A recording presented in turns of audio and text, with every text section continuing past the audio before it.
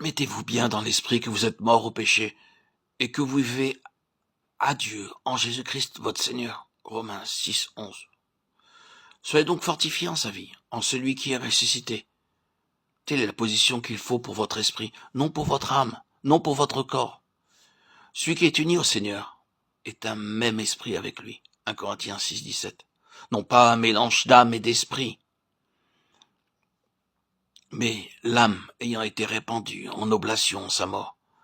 Quand nous avons été plantés dans cette mort, l'esprit est libéré et uni à lui, qui est le conquérant et le vainqueur assis au-dessus de toute principauté et de toute puissance dans les lieux célestes. Et par sa force toute puissante. Être fort dans le Seigneur signifie être fort de sa force toute puissante. Selon le premier chapitre des Éphésiens, sa force toute puissante est cette même vertu toute puissante qu'il a déployée en Christ quand il l'a ressuscité des morts et qu'il l'a fait asseoir à sa droite. Éphésiens 1, 19, 20. Cette même force toute puissante peut s'emparer de notre esprit et l'élever dans cette position de victoire. Votre esprit n'y atteindra jamais, à moins que vous ne soyez expérimentalement unis à celui qui s'y trouve, par sa force toute puissante. Cette même force est celle qui ressuscita Jésus des morts et l'emporta à travers les puissances de l'air. Car il passa à travers ces puissances jusqu'au ciel où il s'assit. Soyez fortifiés dans cette position, dans votre esprit et dans cette force de l'esprit qui procède de l'union avec celui qui vainquit et s'assit à cette place de victoire et de puissance. Nous sommes si occupés de nos corps.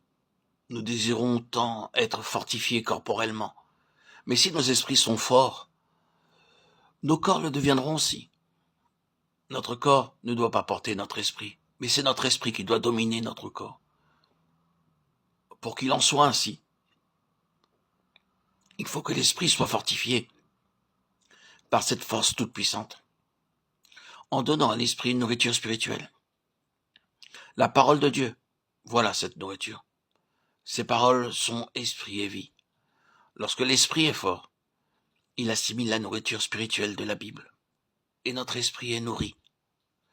Nous avons besoin d'un esprit vraiment fort, plus que d'un corps fort, et même plus que d'une forte intelligence. Notre intelligence sera fortifiée si nous possédons un esprit qui la vivifie, car c'est dans cet esprit que le Saint-Esprit demeure. C'est le sanctuaire de Dieu. C'est l'endroit où Dieu demeure. Et il faut que la force de Dieu toute-puissante entre dans notre esprit, jusqu'à ce qu'il soit fortifié dans le Seigneur, dans sa force toute-puissante.